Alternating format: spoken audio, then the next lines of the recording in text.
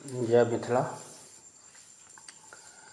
पावन कार्तिक मास चलि रहल अछि और कार्तिक मास में बहुत रास पावन तिहार होइ छै।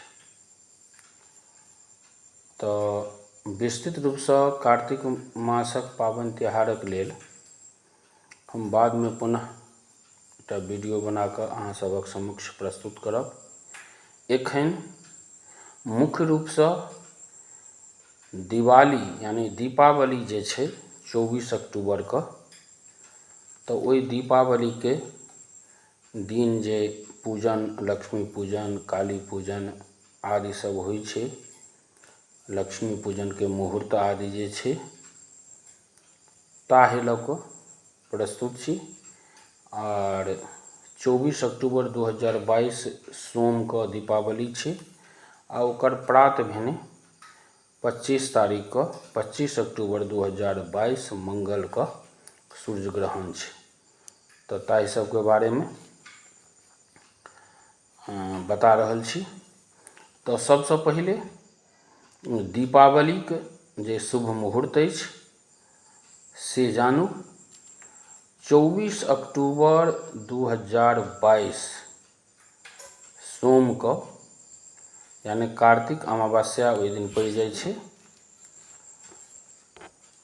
भोर में चतुर्दशी रही छै, लेकिन रात को वो अमावस्या रही छै, तै द्वारे दीपावली वही दिन छै 24 अक्टूबर 2022 सोम को।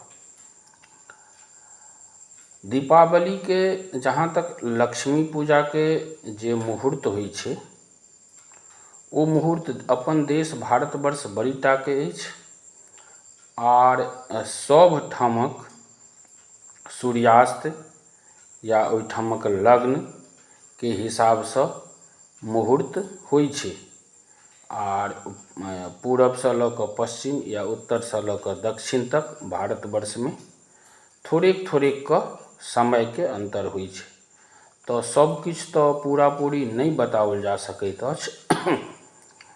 और मिथिलो कनिकटा के नहीं अछि, बड़ीटा के मिथिला छै। तो मिथिलो के अगर सब जगह के अलग अलग मुहूर्त बतायल जाए तो ओहि में समय लगते। तो एकटा मोटा मोटी कॉमन जे मान लिया मुहूर्त छै मिथिला के से बता रहल छी, लक्ष्मी पूजा के मुहूर्त। तो 24 अक्टूबर 2022 को सोम को अहाँ के दीपावली अछि और ओहि दिन मोटा मोटी सूर्यास्त। देखो पहले कहलहुँ जे हम एकटा कॉमन मिथिला के लऽ कऽ चलि रहल छी। तो सूर्यास्त 5:36 पर सूर्यास्त भऽ रहल छी।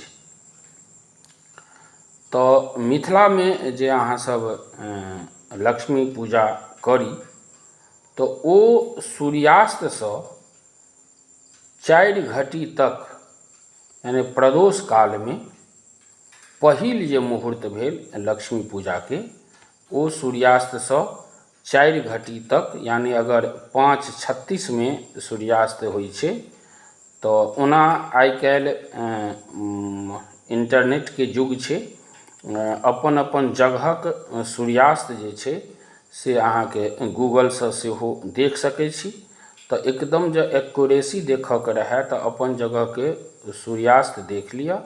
और सूर्यास्त के बाद 4 घटी तक प्रदोष काल में पूजा होइ छै। 4 घटी यानी 1 घटी लगभग 24 मिनट भेले, तो 24 चौका 96 मिनट यानी 1 घंटा 36 मिनट तक प्रथम मतलब जो प्रदोष काल में मुख्य जो पूजा लक्ष्मी पूजा के जे मुहूर्त भेले तो से मुहूर्त हेतै। तो मिथिला में अहाँ 5:36 के जतऽ सूर्यास्त मान रहल छियै तो 7:12 तक वो प्रदोष काल है, 7:12 तक शुभ मुहूर्त लक्ष्मी पूजन के भेले। यानी सूर्यास्त 5:36 से रात्रि 7:12 तक लक्ष्मी पूजन के प्रदोष काल वाला मुहूर्त भेले। आप देखियो लक्ष्मी पूजन में स्थिर लग्नक मुहूर्त देखल जाय छै। व्यापारी वर्ग बहुत वर्ग सब बहुत तरह के एहिमे पूजा करबाबै छथि। तो ओई पूजा के लेल अधिक से अधिक मुहूर्त रहे तो से मुहूर्त के खोज रहे छे। तो ई लक्ष्मी पूजन जे छे से स्थिर मुहूर्त में स्थिर लग्न में बहुत शुभ मानल जाय छे। तो एकटा तो प्रदोष काल तक के जे मुहूर्त बतेलहुँ तो ओ एकटा मुहूर्त भेल। ओकर बाद ताहि के अलावा और विशेष पूजा जे सब करऽ चाही तो तिनका लेल मिथिला में एकटा मुहूर्त भ जायत 18:58 मतलब 6:58 से यानी रात के 7 बजे अहाँ मान के चलू तो 7 बजे से 20:54 तक यानी रात के 8:54 तक यानी 9 बजे तक। तो यानी एकटा मोटा मोटी पकड़ लिया जे 7 से 9 एकटा मुहूर्त रहते। संध्या 7 से 9 के एकटा मुहूर्त, वही मुहूर्त में वो प्रदोष काल वाला मुहूर्त सेहो पकड़ाई छे। तो एकटा जे स्थिर मुहूर्त वृषभ लग्न वाला जे मुहूर्त छे वो 7 बजे से रात के 7 बजे से लऽ कऽ 9 बजे तक। तो एहि मुहूर्त में एकटा सेहो मतलब पूजा भ सकै छै। ओकर बाद थोड़ेक एकटा मुहूर्त अहाँ के रात में पकड़ाइया एकटा और स्थिर लग्नक सिंह लग्नक मुहूर्त। तो वो मिथिला में जो ओकर टाइम रहत से रात 1:25 यानी रेलवे टाइम करबे तो 25 ओना तो रेलवे टाइम रात 12 बजे के बाद 1 शुरू भ जाय छे। तो वो अहाँ मानबे तो रात के यानी 1:25 से 2:41 तक एकटा स्थिर मुहूर्त सिंह लग्नक रहत। तो वही समय में पूजा क सकै छी। यानी 3टा मोटा मोटी लक्ष्मी पूजा के मुहूर्त मानू। एकटा तो जे साधारण सबके लेल ओ रहै छै तो वो प्रदोष काल तक वाला मुहूर्त। तो प्रदोष काल वाला मुहूर्त कहलहुँ सूर्यास्त से 5:36 से 7:12 तक मान के चलू। और वही में एकटा मुहूर्त अगर वो स्थिर लग्न वाला सिंह लग्नक मुहूर्त तो वो 7 बजे से लऽ कऽ ओकर बाद वो 9 बजे तक मुहूर्त छे वो मान के चलू। और एकटा रात में देर रात में 1:25 से 2:41 तक। तो ई मोटा मोटी मिथिला के लेल भेल। और उम्हर बाकी प्रदेश के लेल ओई में और थोड़ेक गुना भाग करऽ पड़ते। तो आवश्यकता हेतै तो हम बाद में फिर पुनः वीडियो बना के बताएब। तो ई तो भेल लक्ष्मी पूजा के मुहूर्त। ओकर बाद दीपावली दिन लक्ष्मी पूजन होइ छै। लक्ष्मी पूजन के संबंध में मिथिला में उल्का भ्रमण होइया।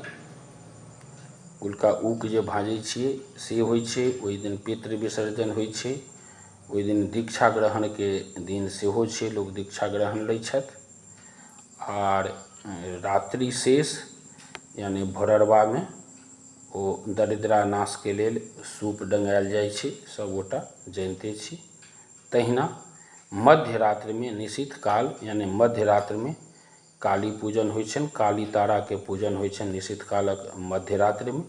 श्री विद्या काली तारा के प्रादुर्भाव छनि मध्य राति में। तो वो पूजन मिथिला में विशेष रूप से होइया।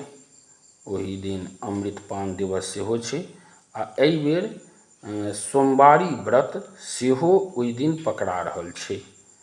तो सोमवारी व्रत के लेल की छै जे देखियो संध्या 5:16 तक चतुर्दशीये रहै छै। और ओकर बाद सूर्यास्त भ जाय छै 5:36 तक। तो अमावस्या दिन में पकड़ा रहल अछि। तो और सोम छै तो तैं दुआरे ओहि दिन सोमवारी व्रत सेहो हेतै। तो सोमवारी व्रत के जे पूजन करै छथि तो से पूजन के समय थोड़े कम समय अछि।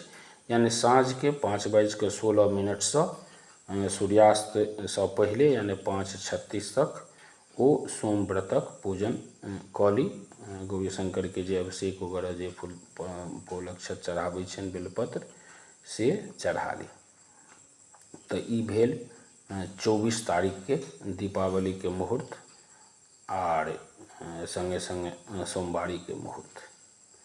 एहि के अलावा चलैत चलैत एकटा चीज और बता दी कि दीपावली के प्रात भेने यानी 25 तारीख को ग्रहण छै, सूर्य ग्रहण छै। आर से ई सूर्य ग्रहण पूरा छै, पूरा भारतवर्ष में लगभग सूर्य ग्रहण छै। तो एहि सूर्य ग्रहणक अगर ओ समय छै, ओ समय खाली बता दी। ओना अहू समय दे कहलहुँ जे भारतवर्ष में जगह जगह के हिसाब से थोड़े थोड़े अंतर रहते, मुदा ई मान लिया जे 16:22 क एकटा मोटा मोटी मान लिया जे 16:49 यानी संध्या 4:49 से 18:31 यानी 6:31 6:30 बजे तक यानी 4:49 से 6:31 तक हाँ संध्या काल में ई ग्रहण के समय रहत। ग्रहण के वेद वगैरह चाहे आरो जानकारी हम पुनः विशेष रूप से वीडियो लऽ कऽ आएब। हाँ जेना एकर वेद कखन शुरू हेतै तऽ मोटा मोटी दिन ई सोचि लिअ मंगल दिन ग्रहण छै सँझुका टाइम में, तऽ मंगल को यानी भोर में, भोर से पहले सूर्योदय से पहले 3:30 बजे से लगभग वेद शुरू भऽ जाइ छै। आर जे बच्चा सब छथि, गर्भवती स्त्री, बच्चा जे अशक्त छथि, बीमार छथि, बूढ़ छथि, से सब दिन के 12:30 बजे के बाद से 12:30 बजे से वेदक पालन कऽ सकै छी। तो अखन एतबे मोटा मोटी ई दीपावली के मुहूर्त लऽ कऽ हम आयल छलहुँ हैं। दीपावली से 24 तारीख के दीपावली, 2 दिन पहले धनतेरस छै 22 अक्टूबर को। तो ओहि दिना प्रदोष त्रयोदशी के व्रत सेहो छै और धन्वंतरी जयंती छनि, तऽ धन्वंतरी जयंती लोक मनबै छथि। और वह दीपावली के निमित्त एकर पीछा एकटा विज्ञान छै जे धनतेरस मनावल जाय लागल छै, तो ओहू के बारे में हम एकटा वीडियो लऽ कऽ आएब। बहुत बहुत धन्यवाद। जय मिथिला, जय मैथिली।